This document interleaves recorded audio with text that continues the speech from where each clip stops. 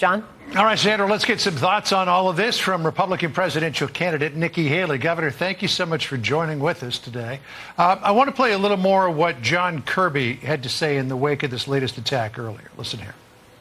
I certainly can't deny the fact that there have been a series of attacks now increasingly lethal over weeks and months, which is why the president is going to be reviewing what the appropriate response is going forward. We don't want to see these attacks continue, and we want to make it clear that they're unacceptable.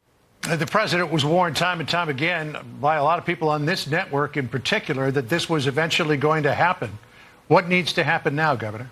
I mean, a series of attacks. This is 160 strikes. I mean, as a military spouse, this is what we fear when our loved ones are overseas. If you're not taking care of them, that something like this happens. This is not about hitting Iran hard. This is about hitting Iran smart. It's making sure, I don't know what Biden is waiting on. He has got to strengthen those sanctions. When he loosened them, he allowed billions of dollars from China to go into Iran when they imported oil. You've got to take away the money from Iran because that takes away the money from the proxies. That's the first thing they need to do. The second thing they need to do is to go and take out any of the production sites that are allowing them to do this in Iraq and Syria that they're coming from. And then the third thing is you have to figure out which Iranian leaders are making the decisions and you take them out. This isn't about hitting Iran. This is about being strategic and smart about what you do take out. When you do that, you're taking away their capabilities of hurting more American soldiers. Do you fear how that could lead to dramatic escalation here? Well, if you just randomly hit Iran, that would lead to dramatic escalation. If you smartly hit Iran, that's when you go and you're going after their capabilities to hurt you further. Iran knows that they can't defeat America. They know that they don't want to take that on. The problem is they smell blood in the water. They've smelled weakness from Biden since Afghanistan to Ukraine and everything in between. So they're doing what they can because they can. But until you take their money away, you are continuing to pay for them to injure and kill American soldiers. That's the part Biden needs to understand, is he's actually giving them the money to do it. So in the Reagan administration, the president hit a couple of oil platforms that were being used by the Islamic Revolutionary Guard Corps. As you know, President Trump took out Qasem Soleimani. Is that the sort of retaliation? Is that the sort of strike that you believe President Biden needs to launch? He needs to go after the Islamic Revolutionary Guard Corps, the IRGC. He needs to go after the leadership there, those that are making the decisions. That's what leaves them flat-footed. Find one or two of them that are making the decisions. It will chill all of them when you do that. They don't necessarily care if you take out all of their equipment and their weapons. They don't care if you take out any of the proxy fighters because they'll just add new ones to it. What they do care about is when you touch their money or you touch their leadership. That's what gets Iran's attention. Do you worry, sort of positioning this with what is happening right now here in the U.S. and obviously your run for the White House? Do you fear what message this sends to voters about us getting more and more involved in the world's problems? Looking at our Fox News voter analysis, and there did not show an appetite among American voters to really increase our role in solving the world's problems. So what do you tell voters about how far you would be willing to go to hit Iran smartly, as you said? I mean, the goal is we don't want to get into any wars. We don't want to get into any conflicts that we don't need to. This is about preventing further war. It's always about preventing further war. As the wife of a combat veteran, we don't want our loved ones to go overseas. We don't want them to have to fight. So you do everything you have to prevent.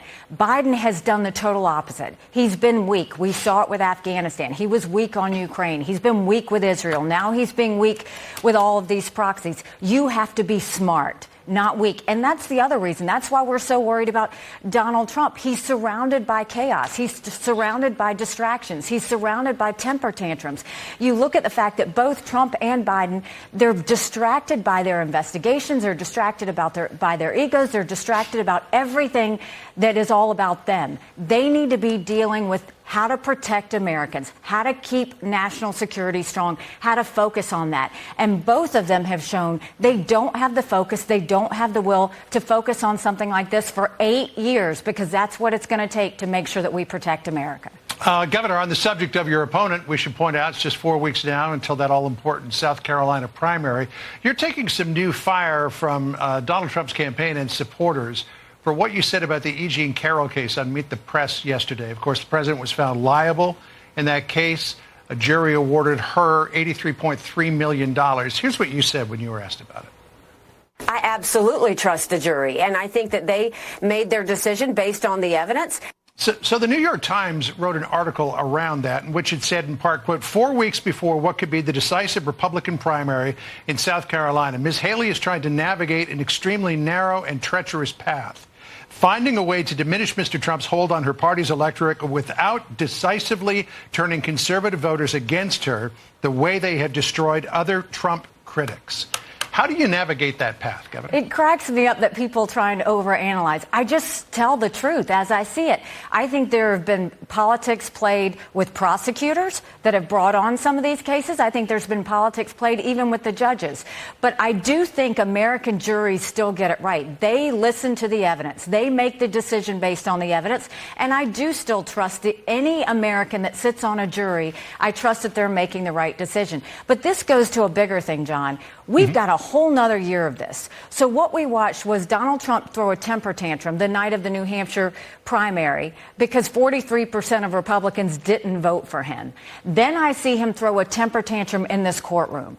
The reality is, are we going to have a country in disarray and a world on fire and deal with more temper tantrums? You've got two guys in their 80s that are so focused on their own the personalities and the attention that they get. That when is the last time you heard Donald Trump talk about the American people? When has he talked about the fact that he owes it to us to know why did he put us $8 trillion in debt in just 4 years? You can't say COVID because 1 out of every $7 was spent fraudulently. Why did he go and praise China's President Xi a dozen times after China gave us COVID? Why is he now proposing a 10% tariff increase that's going to raise taxes on every American family? Middle America is now going to pay $2,600 more because of what Trump is now proposing. You can't go and add more taxes to the American people in a time that we're trying to climb out of it. Which is why I'll look forward to South Carolina and ask you what you plan to do to close the gap there, and how you plan to persuade more of the GOP base to back you. I was digging through our Fox News voter analysis and some of the data points that we learned on the evening of New Hampshire. You clearly won political moderates, 25 points was your lead there. 61 to Donald Trump's 36, but among the very conservatives. And I wonder what your plan is to attract more of them to you. Trump ran up that score among very conservatives by 67 points. Okay, those without a college degree, 65% supported Donald Trump, 33% you. Among rural voters, while you did win with suburban voters by 1 point, among rural voters, Donald Trump 57%, you 41%. How do you plan to win more of the GOP base over come South Carolina? Well, I think that, they know that I was a Tea Party governor. I think they know I passed voter ID and, ethics reform and making legislators vote on the record and have to disclose their income and do all of those things. So my record in South Carolina is strong. But this is about freedom. The fact that we need to have more freedom. We need to have we need to have financial freedom. We need to have freedom from government. We need to move forward with that. And what you're seeing is Donald Trump's trying to control more. That's what worries me. We saw this during COVID where he controlled the fact what we could do, when we could do, how we could do it. Now he's going and proposing this tax on all American goods from baby strollers to appliances. That's taking away our financial freedom. He's trying to get more and more control. And he's causing more drama and chaos in the process. That's what South Carolinians don't want. That's what Americans don't want. We're getting further and further away from freedom and more in part where there's government control or control of the party or control of what's happening. That's taking us in the wrong direction. America has a chance to get this right. It's not about liking Donald Trump. I have no personal issues with Donald Trump. I voted for him twice. This is about, do you really think this is where we need to go for the next 8 years, which technically he'll be 2 years and then he'll be a lame duck. Is this really where we want to go? Because we're going in the wrong direction. And guess who's noticing? Russia, China, and Iran are noticing the fact that we are falling further away from freedom, further away from democracy, more in terms of government control, and we're becoming more like them. We can't let that happen. This is not the time for tax increases. This is not the time to get rid of the freedoms we have. It's the time to lean into it. All right.